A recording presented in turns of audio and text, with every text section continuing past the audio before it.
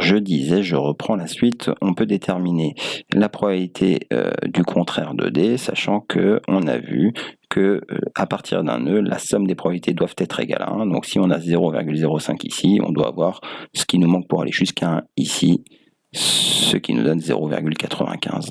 Et en appliquant exactement le même type de raisonnement dans notre arbre un peu plus bas, ici 0,98 plus 0,02 c'est bien égal à 1, 0,96 et 0,04 c'est bien égal à 1 aussi. Voilà. Donc on a fini de compléter notre arbre. Il nous reste maintenant une dernière question à répondre. On veut trouver la probabilité qu'un microprocesseur soit défectueux. Alors pour répondre à cette question, on va se poser la question à quel moment est-ce qu'on obtient des microprocesseurs défectueux. Donc on obtient ici des microprocesseurs défectueux, ici des processeurs défectueux et ici.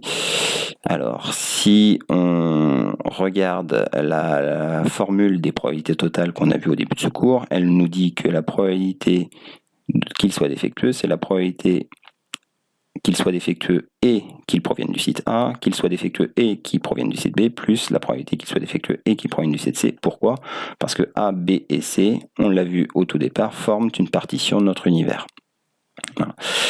La probabilité qu'il soit défectueux et qu'il provienne du site A, on peut le retrouver grâce à notre arbre, parce que en fait, pour arriver à cette situation, il faut avoir suivi ce chemin. Il faut être passé par le site A et être défectueux.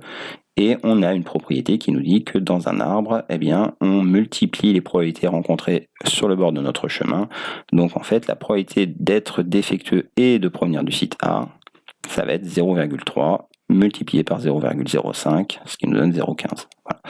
En faisant exactement le même type de raisonnement, on obtient que la probabilité qu'il soit défectueux et qu'il provienne du site B, c'est ce chemin-là que l'on va suivre, 0,25 dans un premier temps 0,02 qu'on va multiplier. Voilà ce qu'on obtient. Et pareil pour la dernière, la probabilité qu'il soit défectueux et qu'il provienne du site C, c'est ce chemin-là. On multiplie les probabilités et on obtient 0,018. Voilà. Alors si maintenant on revient à notre formule qui est ici, on va pouvoir la compléter et terminer notre exercice. On additionne les probabilités qu'on vient de déterminer. On obtient au final 0,038. Donc ça veut dire que la probabilité qu'un microprocesseur soit défectueux est de 0,038.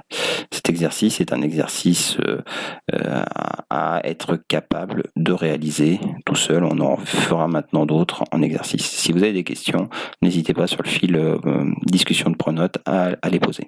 À bientôt.